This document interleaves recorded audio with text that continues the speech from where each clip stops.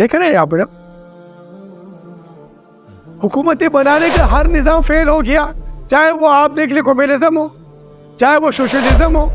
चाहे वो अमेरिका का सदारती निज़ाम हो, चाहे वो फ्रांस का निज़ाम हो, चाहे वो बरतानिया का जमहूरियत का निज़ाम हो, तमाम निज़ाम फेल हो गए। शहनशाहियत फेल हो गई, बादशाहत फेल हो गई, सब जब ख़त्म हो गया, हर निज़ाम पे जाके आपने देखा हर निज़ाम फेल हो गया, तो फिर जब वो निज़ाम जो हुजूर ने बताया है, जो 1400 साल के बाद कायम होगा, जिसके कुरान की 114 सूरतें हैं, हर 100 साल पे अगर सूरत को रख के आप देखें तो ये खेल तमाशा जो लोगों ने बना के रखा हुआ है, जो कुलूब में बिन नास का है, जो इंसानों का बनाया हुआ है, इला इन्ना जो इंसान के इला बने हुए, ये जो खेल तमाशे हैं, जो खुद को जो है ना सलामती कौशल कह रहे हैं, जिस इस्लाम का मजाक उड़ाया जा रहा है,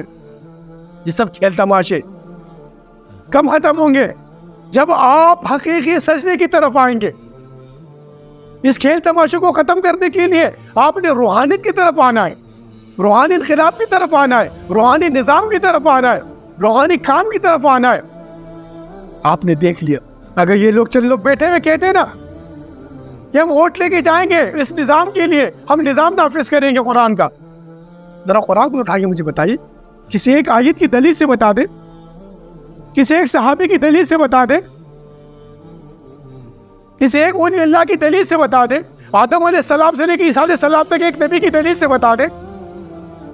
अरे जब कुरान आपको एक निज़ाम दे रहा है तो आप इंसान के बनाए हुए निज़ाम को उसके ऊपर किस तरीके से हावी करें? ये क्या खेल तमाशा बना रखिए? आइए कुरान की तरफ।